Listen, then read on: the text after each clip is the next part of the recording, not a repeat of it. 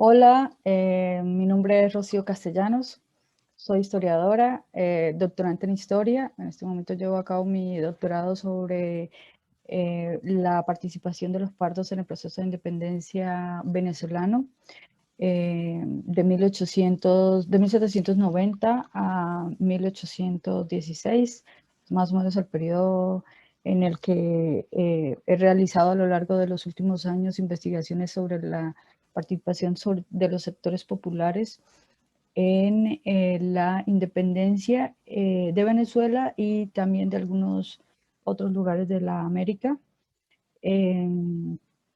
Hoy estoy muy contenta por estar aquí, por poder participar con ustedes en este evento en las fronteras. eh, fronteras de-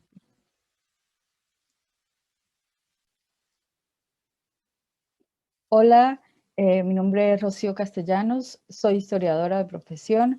En este momento me encuentro realizando en México mi doctorado en historia. Me he especializado en procesos de independencia americano y en un caso particular de Venezuela. Estoy muy contenta por estar hoy aquí en el evento. Me gusta mucho que hablemos sobre las fronteras de las letras en esta inmensa diversidad que hay de los procesos latinoamericanos sobre todo. Y bueno, vamos a comenzar. A mi presentación le he llamado En el Caribe, la sedición, tránsito de contrabando, lectura y circulación de impresos en Venezuela de 1790 a 1812. Ese periodo lo escogí particularmente porque es como el quiebre de la relación que se establecía o que parecía estar estable entre los sectores populares y los sectores adinerados de Venezuela, que comúnmente se les llama mantuanos. Entonces es una cosa que quiero como aclarar antes para que no haya lugar a dudas que cuando me refiero a los mantuanos estoy hablando de la élite blanca que habitaba la entonces llamada Capitanía General de Venezuela. La costa de la Capitanía General de Venezuela, en específico, los puertos de La Guaira, el Puerto Cabello y Puerto Cabello, con numerosas ensenadas a sus alrededores, fueron escenario del arribo de noticias sobre la crisis del sistema esclavista en 1798 y más tarde sobre la crisis del territorio peninsular. Los navíos extranjeros eran el engranaje con el mundo exterior, ese tránsito entre el Caribe y aquellas costas europeas donde provenían americanos, provenían muchas noticias, ¿no? Tanto europeas como americanas. Y como se verá a lo largo de esta investigación, de medios para mantener una constante correspondencia a ambos lados del Atlántico. En consecuencia, se hizo frecuente la llegada de periódicos, libros, panfletos y correspondencia con los sucesos ocurridos sobre todo en 1808, ¿no? Con la crisis española, pero de este lado con la revolución haitiana. La conexión marítima entre el Caribe y Venezuela se mantenían desde el siglo XVII y se consolidaron en el transcurso del XVIII. Estos mismos vínculos generaron una progresiva identidad común socioétnica y cultural dada por su comunicación fluida desde y a través de las islas, basada en la usual y lucrativa circulación migratoria de la mano de obra esclavizada de origen africano, base del componente social en la consolidación de una población venezolana mayoritariamente parda y negra, de acuerdo, ¿no? Clasificada de acuerdo a los cánones y al sistema de castas de la época. En este sentido, se resalta la particular condición de Venezuela, pues desde finales del siglo XVIII buena parte de su población de color era libre, y de ahí la famosa denominación, o como la bibliografía se refiere a ellos, libres de todos los colores, para referirse a los pobladores de este lado de tierra firme. Para este diverso grupo social, la exigencia de igualación con los blancos en las postrimerías de la colonia se convirtió en una demanda fundamental, en especial para los llamados pardos. Los pardos eran un grupo social que transitaba desde los sectores más bajos, más pobres, porque algunos incluso estaban en condición casi de esclavos, aunque eran libres, trabajaban como peones, dependían de un pago para la sobrevivencia. Y también pardos de mediana clasificación, porque, digamos, ejercían un oficio, ¿no? Recibían cierta cantidad de dinero a cambio de ejercer ese oficio, y había otro grupo de pardos que eran los pardos adinerados, que llamamos los pardos beneméritos, ¿no? Un grupo mucho más reducido, sobre todo que tenía conexiones con la élite blanca, que ejercía por lo general una actividad que generaba ese engranaje con los mantuanos y que eran dueños, ¿no? Del negocio, de comercio, de que llevaban y traían esto, mercancía de las islas a Venezuela, etcétera, ¿no? Entonces esto se convirtió, este descontento que empezó a surgir a finales del siglo XVIII en Venezuela, particularmente en el grupo de los pardos, después de 1808, esta demanda se articulará y se ampliará con una resignificación moderna en idearios motivados por la igualdad, por la libertad y la igualdad. Ahora bien, estas ideas de igualdad y libertad sin duda recibieron un mayor impulso gracias a la Revolución Haitiana, un proceso ejecutado con violencia por negros libres y esclavizados que tuvieron sus primeros actos de levantamiento desde 1791 hasta consolidar su proyecto en 1804. Por ende, Haití se convertirá en el símbolo de la amenaza contra la hegemonía española en el sur, ejemplo prohibido y censurado que provenía de la misma Revolución Francesa. Sin duda, dos eventos políticos sacudieron el sistema monárquico de ambos lados del Atlántico, ¿no? La Revolución Francesa y la Revolución Haitiana. Pese a los reiterados intentos de la corona por evitar el contagio del espíritu revolucionario francés y haitiano, los americanos comenzaron a recibir las buenas nuevas por la vía de los puertos caribeños. En consecuencia, los venezolanos tuvieron conocimiento de la doctrina de la libertad e igualdad proclamada por Louverture, que decretaba la más avanzada política contra la esclavitud, pues la abolía, y no solo eso, se extendía cuando declaró en su apartado 4 que, abro comillas, todo hombre, sea cual fuere su color, es admisible a todos los empleos, y precisa en el apartado 5, abro comillas, no hay otra discusión que la de las virtudes y talentos, y no hay otra superioridad que la que da la ley en el ejercicio de la función pública. La ley es la misma para todos, ya sea que se castigue o que proteja, cierro comillas. Asimismo, establecía nuevas disposiciones para el acceso a la propiedad y la economía basada en las plantaciones. La sedición debe ser controlada. Dados los intentos insurreccionales populares surgidos en distintos puntos de la América a finales del siglo XVIII contra el poder real representado en las autoridades criollas, la vigilancia en todos los puertos pasó a ser un tema primordial en la última década del siglo XVIII. En este sentido, la capitanía hizo lo propio. En los primeros años de la década de 1790, las autoridades españolas mandaron ampliar los procedimientos para requisar embarcaciones que llegaran de puertos europeos a estos puertos amurallados sin discriminar bandera.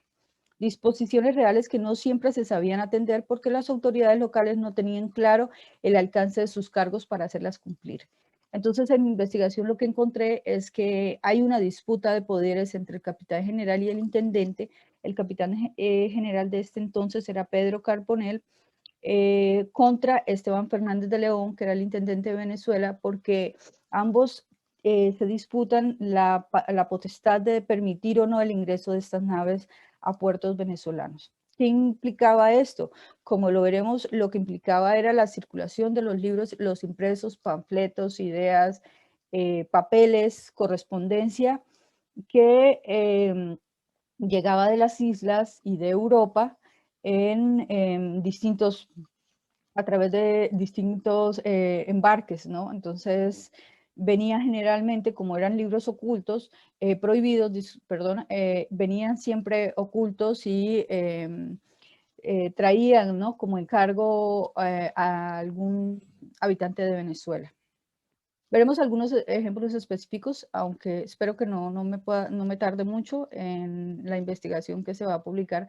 Yo creo que ahí podremos ver como más en específico tanto las reglamentaciones, ¿no? Todos los intentos que se hizo en Venezuela para el periodo con el fin de detener el ingreso de papeles de origen francés y haitiano.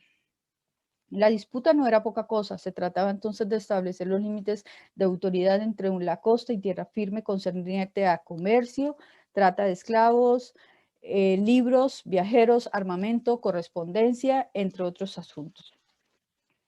Las máximas haitianas amenazaron el sistema español basado en el uso de la mano de obra esclavizada o el peonaje ejercido por la gente de color, fuere de condición libre o en servidumbre dependiente. A partir de 1791, los extranjeros y particularmente los franceses eran objeto de toda sospecha por avivar el espíritu insurgente entre la población negra, pero no solo en el Caribe americano.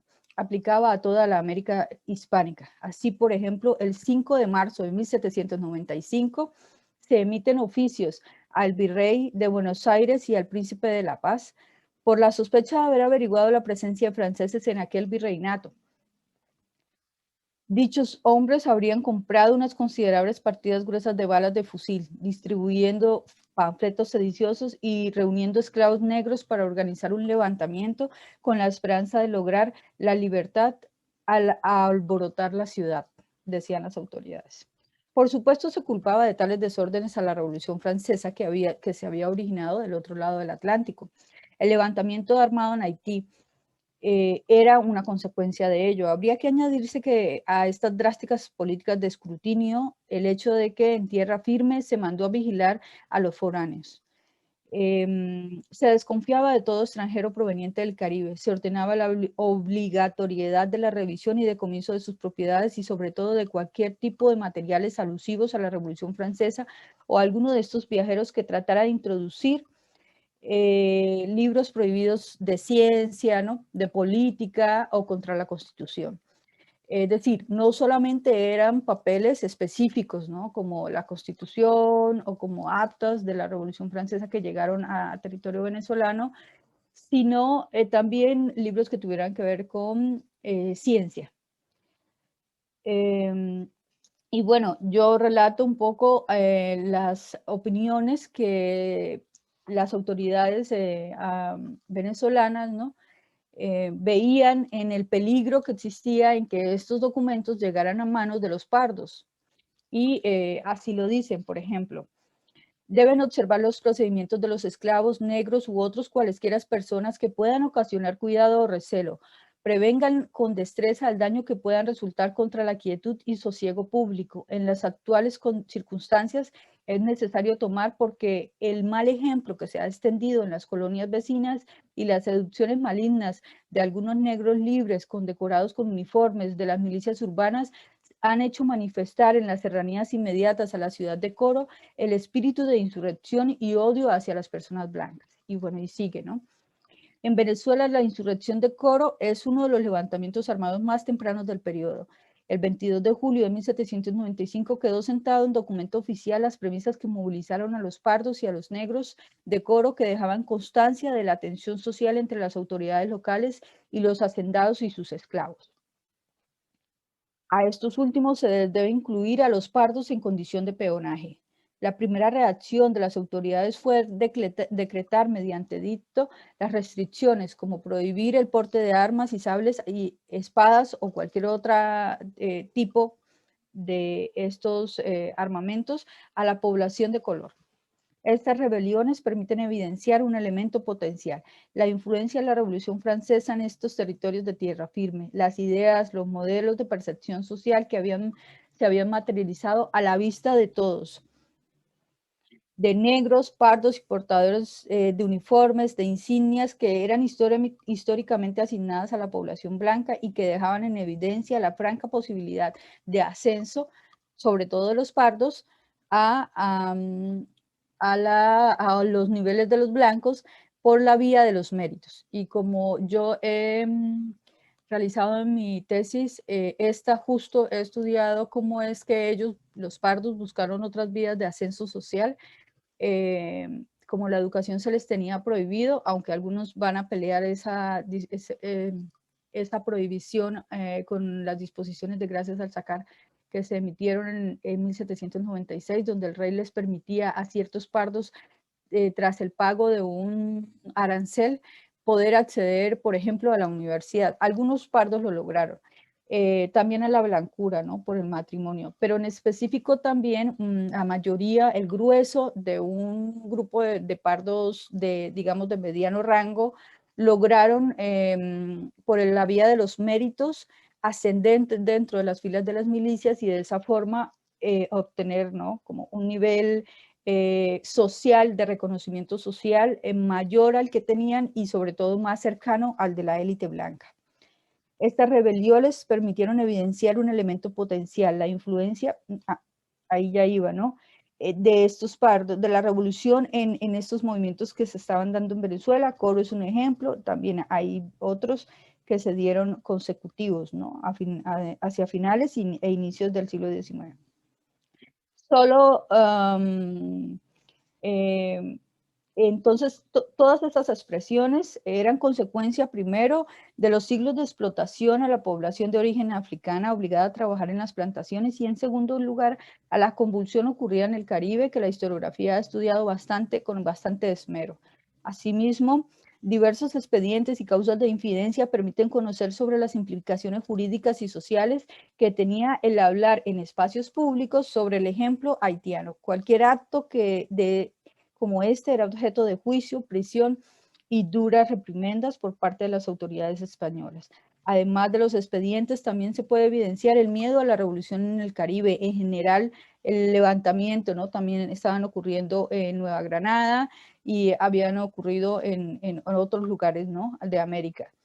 Además de esto, también se puede ver, por ejemplo, que en 1798 se mandó recoger los libros prohibidos contrarios a la Constitución, así como la obligatoriedad de denunciar conversaciones, reuniones e incluso actos literarios donde se discutieran temas políticos sobre la Constitución, el gobierno o que se permitieran imprimir o defender conclusiones públicas o privadas, disertaciones o discursos sobre temas políticos, no importaba cuál, ¿no? La directriz de las autoridades era clara y se radicalizaba con el tiempo. Desde los más altos cargos se emitían demandas sobre la urgente necesidad de vigilar los puertos. Entre 1799 y 1802, la vigilancia a los puertos en estos puntos estratégicos de conexión marítima aumentó. Incluso se permitió que la Inquisición se involucrara en el asunto, nombrando por su parte a un representante llamado comisario de la Inquisición, distinto a la figura que ya existía que se llamaba revisor de libros. Entre estos dos personajes se distribuía la labor de revisar embarcaciones, hacer el listado de cualquier título y, por supuesto, denunciar la aparición de libros prohibidos procedentes de Francia o traducidos al castellano. En mi texto hay algunos nombres de libros franceses que estaban prohibidos. En esta misma línea, sobre temas más específicos, se mandó a crear una figura de revisores de libros que estarían ubicados en cada puerto. Es decir, vemos, ¿no?, cómo se va acrecentando esta fuerza que intenta detener la inclusión de estos impresos en territorio venezolano. Es así como a los títulos ya prohibidos se le amplió la proscripción de toda clase de libros de origen francés, periódicos, proclamas y hasta volúmenes de ciencia como el Diario de la Física de París quedaban absolutamente prohibidos. Este diario de física había sido publicado en varios tomos e incluso se habían impreso estampas y pinturas alusivas a al contenido de estos libros, pero también, como ya sabemos, ¿no?, a la misma Revolución Francesa. Y entonces hay un caso que es muy interesante, ¿no?, que es cómo a través de estas pinturas y de estos dibujos que parecían ser un juego de cartas, como juegos de azar, se transmitían contenidos y por eso también empezaron a ser prohibidos. Los eventos sucedidos a lo largo de la costa caribe venezolana fueron numerosos. Se debe recordar, por ejemplo, la insurrección en Maracaibo en 1799, liderada por Agustín Bosé, Gaspar Bosé, originario de Puerto Rico, y Francisco Javier Pirela, pardo, de oficio sastre, originario de esta provincia. Su cargo dentro de la milicia llegó a ser de subteniente de Pardos. Organizaron un plan para deponer al gobierno español que sería reemplazado por un grupo de americanos con un proyecto político donde las ideas de la Revolución Francesa constituían el eje central, además de defender la libertad de comercio, entre otros temas. La mayoría de estos hombres eran pardos, milicianos, habían logrado reunir naves, armamentos, uniformes y alianzas sociales para lograr su cometido. Como se sabe, la conspiración fue delatada y fueron arrestados un grupo mayor de hombres, alrededor de 80 nombres se lograron enlistar de los cuales, de quienes estaban vinculados a esta revolución. Más allá de hallar en este ejemplo reiterados elementos vistos en los demás levantamientos armados, es decir, apertura y comunicación constante con el Caribe, base ideológica en las premisas de la Revolución Francesa, uso y discusión de libros prohibidos, incorporación de clases populares como actores principales, estaba también el valerse del puerto como espacio principal en esta ecuación para alcanzar el éxito de tal proyecto político, entendido como esto como el lugar que posibilitaba la entrada y salida y accionar de conexiones con el Caribe. El parte oficial de la conspiración informa, abre comillas, que las provincias de Maracaibo, Cumaná y Guayana eran las más fáciles de conquistar por ser las tres grandes puertas en la capitanía, pues en apoyo a los insurrectos arribaron 3 goletas francesas provenientes de Puerto Rico y San Juan. Entonces, este es uno de los ejemplos que nos habla de esa conspiración, pero no solamente del tamaño, sino de la dimensión de la conexión que existía entre venezolanos y caribeños. La convulsión experimentada en el Caribe durante este periodo era tema predilecto para discutir en reuniones de gentes de todos los colores. Se ve no solo en tiempos de reclamos por parte de pardos por la vía política en busca de la igualación social respecto a los blancos, previo a 1808. También se puede advertir incluso avanzada la guerra de independencia. El temor por la fuerza de la revolución negra seguía latente. En uno de los juicios de infidencia que yo encontré, a uno de los, era un esclavo acusado de infidente, que es un delito contra el rey, ¿no? De traición al rey. Él se le acusa de haber gritado las siguientes frases: con estos blancos de mierda hay que hacer lo mismo que hicieron los franceses negros de Santo Domingo, cierro comillas. Esta afirmación le valió la pena de 200 azotes al esclavo José Echenagucia, natural de Guinea, al servicio de la Merced de la Croix, de 24 años de edad, quien fue vendido a una mantuana, a una blanca caraqueña, apenas cuando tenía 7 años. Y también se le acusa de decir otras cosas como carajo, es menester matar a todos los blancos, pues no en balde los franceses negros no podían ver a ningún blanco, pues a todos los querían matar.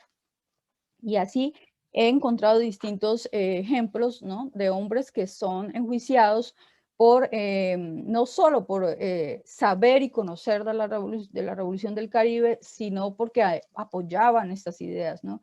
En esta misma línea, sobre temas más específicos, se impulsaban reclamaciones sociales que iban en aumento al interior de la capitanía. Estos nuevos escenarios reproducidos en el Caribe demandaron por parte de los sectores populares venezolanos mayor atención.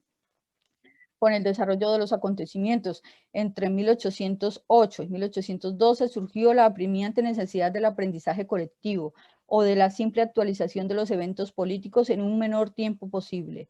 Es así como se constituyeron distintos escenarios. Uno de estos fue la llamada sociedad patriótica. El otro fue la reconfiguración de cofradías por ser espacios de reuniones autorizadas por el gobierno a los pardos y libres de todos los colores. Y en menor medida lo fueron las pulperías, como los lugares donde no solo se abastecían de víveres y mercancías, sino también que se educaban a los niños pardos y se les enseñaba a leer mientras los adultos se ponían al tanto de las noticias nacionales y extranjeras. Digamos, esta referencia en particular, debo reconocer que lo escuché hace poco, estoy esperando poder leer además su trabajo, de la historiadora venezolana Cristina Soriano. Ella mencionó justo esta particularidad que, aunque no tenemos, digamos, yo no he encontrado un caso específico, sí he encontrado otros donde la pulpería era en efecto un lugar de reunión, de discusión política, donde se leían, recordemos, los pardos, como les dije al inicio, no todos eran analfabetos, por ejemplo, porque no todos eran de la clase baja cercana a la esclavitud, sino también habían unos que efectivamente habían recibido educación o que lo habían aprendido a lo largo de su vida, e incluso algunos sabían leer en francés, traducían, y eso era lo que ayudaba en estos espacios para que se pudieran llevar a cabo lecturas colectivas. Y bueno, también hay causas de infidencia donde los acusados, ¿no?, se les comprobó que efectivamente se reunían en las casas de algunos de ellos, llevaban libros o leían proclamas, también en las barberías, en las en los lugares donde bebían, en las bodegas, que llaman bodegas a lo que nosotros conocemos como tiendas, ¿no?, como pequeños mercados, etcétera. Y bueno, llega el momento, voy a ir acortando porque veo que el tiempo se me está pasando, las nuevas conspiraciones llegan, en medio de estas nuevas conspiraciones llega la imprenta mirandina, que va a ser, digamos, como lo que va a terminar de impulsar esta revolución de los impresos, ¿no? Bueno, yo no lo llamaría revolución de los impresos, pero sí como esta agitación de la circulación más bien de los impresos, del formato que fuese, ¿no? Y también hay otros ejemplos que yo utilizo donde estaba siempre involucrado el capitán de un navío o una nave, ¿no? Por ejemplo, el caso de Julián de Iturbel, quien es asaltado por una corbeta inglesa de 22 cañones y 80 hombres de tripulación, en cuyo momento, y porque él dice, ¿no?, él se defiende diciendo que porque no lo cogieran el enemigo, algunos papeles que traía consigo los metí en el fogón, y entre ellos las citadas 3 certificaciones. Él se refiere a unos documentos que estaba esperando otra persona que vivía en Venezuela para demostrar que él era un hombre de bien, que sabía trabajar, y como era extranjero y estaban sometidos a escrutinio de los extranjeros que llegaban a Venezuela, él tenía que haber presentado esas certificaciones para no ser expulsado. Los estaba esperando, este Julián de Iturbel los traía consigo, pero bueno, él dice todas las maromas que tuvo que pasar para poder traer a salvo las 3 certificaciones. Así las cosas, eludir estos controles impuestos por cualquier material sospechoso de contener ideas o proclamas revolucionarias obligó a los pardos y a los comerciantes en general a desarrollar diversos métodos de evasión comercial, pero quizás lo más importante, alentó las nuevas formas de llevar a cabo la lectura, pues espacios como la pulpería, la barbería o el mercado serían el escenario propicio para la propagación de las ideas. Así que muchos le apostaron a la práctica de la lectura colectiva. Y como les decía, por ejemplo, en el estudio que hizo Cristina Soriano sobre las bibliotecas personales en Venezuela, ella habla del préstamo de libros como una actividad también muy, digamos, usada en este periodo para poder tener acceso a libros que estaban prohibidos, ¿no? Y cómo entre ellos se los hacían circular, y también era una forma de evadir el control de las autoridades, porque cuando llegaban a casa de uno buscando un libro, pues ya no lo tenía porque lo había prestado. Desde la conspiración de Manuel Gual y José María España en 1797, las autoridades de la capitanía no volvieron a tener la misma confianza en los grupos de pardos y algunas personas influyentes de la ciudad. En este caso, el transcurso del juicio de Gual y España reveló una importante, bueno, no solo reveló cómo se organizaron y se gestó la insurrección, sino que también esta causa permitió ver cuando se embargaron y se les confiscaron los bienes, que algunos infidentes tenían valiosas, ¿no?, posesiones en su poder.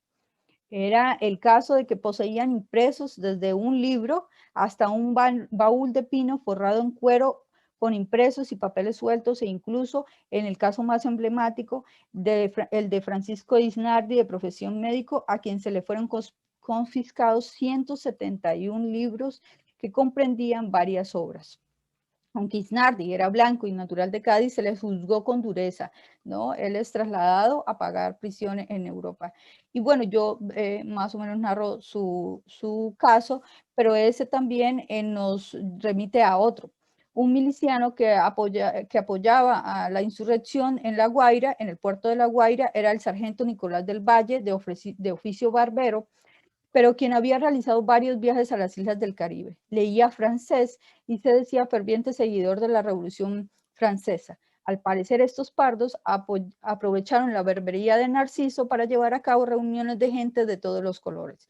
Allí, discutir noticias que arribaban del puerto provenientes del Caribe y Europa. La experiencia de estos levantamientos armados antes mencionados entonces demostró que a las autoridades de la capitanía que pues a pesar de todas las disposiciones la cosa no estaba funcionando, el control de todas maneras no era con los resultados que ellos quisieran. Algunos viajeros como de Pons y otros franceses al mismo tiempo que el científico Humboldt ya habían dejado registros en sus diarios de la poca, por no decir escasa, posibilidad de acceso a libros y materiales científicos por vías legales, ¿no? A lo largo de sus recorridos por tierra firme. Pese a esto, los sectores populares siempre incluían en sus actividades el ejercicio de la lectura pública, compartían libros prohibidos en tiempos de revolución. Sobre todo me refiero a estos pardos que estaban involucrados en los movimientos de conspiración, ¿no? A principios del 19, Nicolás del Toro, cónsul representante del gobierno local, desesperó en las peticiones por obtener la autorización para trasladar desde Europa una imprenta a Caracas. Y aquí voy a cortar un poco la historia. Lo que trato de narrar en este apartado es justamente la forma en que se hizo muchos intentos desde 1800, intentos por las vías legales de obtener aprobación para instalar una imprenta en Caracas, pero siempre fue negada. Y la razón principal para que las autoridades negaran esta imprenta es precisamente los levantamientos de los que he hablado, las conspiraciones que se dieron desde 1790. Esto ponían nerviosos a las autoridades españolas y la razón, la respuesta que daban ante las solicitudes de las autoridades venezolanas era que era muy peligroso tener una imprenta con todo lo que había sucedido, ¿no? ¿Cómo llega la imprenta entonces a Venezuela? Llega de manos de Francisco de Miranda en un levantamiento. Él intenta llevar a cabo la insurrección del pueblo venezolano. Él creía que era necesario liberar a Venezuela del yugo español y prepara toda una, digamos, desde Estados Unidos, se prepara para venir y liberar a Venezuela. Esas son sus palabras, ¿no? ¿Y qué sucede? Que él estando en Nueva York empieza a comprar armamentos y compra un buque, una nave que le hace llamar Leander, y ahí empieza a llenarlo de hombres, de armamentos y de cosas, e incluso una imprenta. El cónsul que estaba en una autoridad que estaba venezolana en Nueva York advierte: cada hora se aumenta el armamento del navío americano Leander, tanto de tripulación como de aparejos ofensivos de guerra. Ayer he sabido con certeza que recibió a bordo una imprenta y 6 impresores. El destino por las averiguaciones que han hecho y que estoy practicando no lo he logrado saber, ¿no? Y bueno, como sabemos, en 1806, cuando Miranda y sus hombres desembarcaron en la ciudad de Coro, la embarcación Leander, en efecto, traía una imprenta comprada en Nueva York. Él, quien poseía una biblioteca bastante nutrida, tenía claro una cosa: urgía la difusión de las ideas revolucionarias en la capitanía. El destino del gobierno español no podría ser sin un cambio de mentalidad. Por tanto, la imprenta sería un instrumento para llegar a muchos. Una demostración de este interés se puede leer en los diarios de los impresores que venían con Miranda, quienes relataron que entre el 20 y el 23 de febrero lograron prensar 2000 proclamas en español con las declaraciones del proyecto mirandino.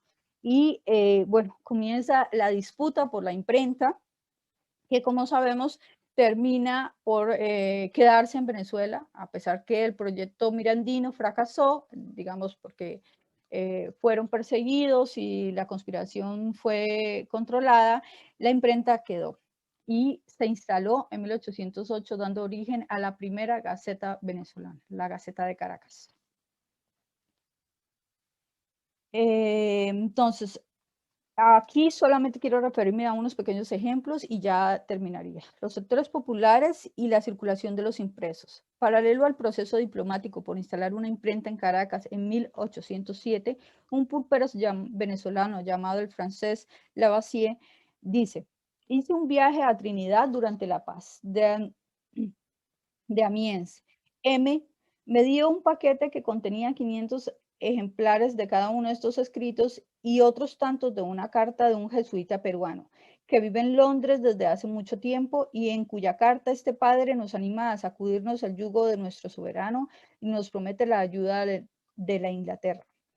Este es un apartado de su libro titulado Viajes a las Islas de Trinidad y Tobago, Margarita, a diversas partes de Venezuela, de la América Meridional. En este caso específico, el relato que hace el francés en su libro se refiere a un pulpero al que llama M para guardar su nombre, radicado en la ciudad de Cumaná. Detallaba en su relato haber traído de Trinidad 500 ejemplares con las declaraciones de los derechos del hombre. Además, ejemplares del contrato social, una cifra alarmante si tenemos en cuenta la poca o lenta circulación de los impresos en la capitanía, entre otras cosas porque fue hasta febrero, como les decía, de 1808 de 1800 cuando empieza a solicitársele a las autoridades españolas a través del Real Consulado de Caracas el establecimiento de una imprenta en la ciudad, que siempre fue negada.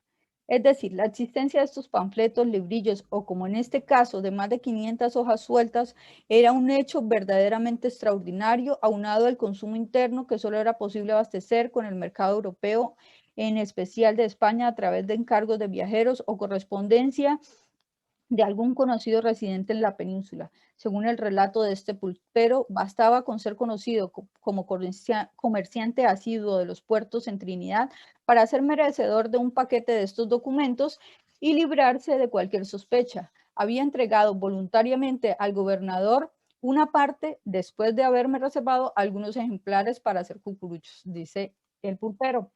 Este asombroso relato permite ejemplificar el radio de acción de una pulpería, además de comercios, como les decía, entonces eran espacios en donde confluían toda clase sociales, nacionalidades y por tanto era un sitio de abastecimiento, no solo de pequeños productos, sino también de libros. Y bueno, yo he encontrado, por ejemplo, que ellos vendían legalmente, vendían libros religiosos, ¿no? Cancioneros y libros para llevar para la misa, para usar durante la misa.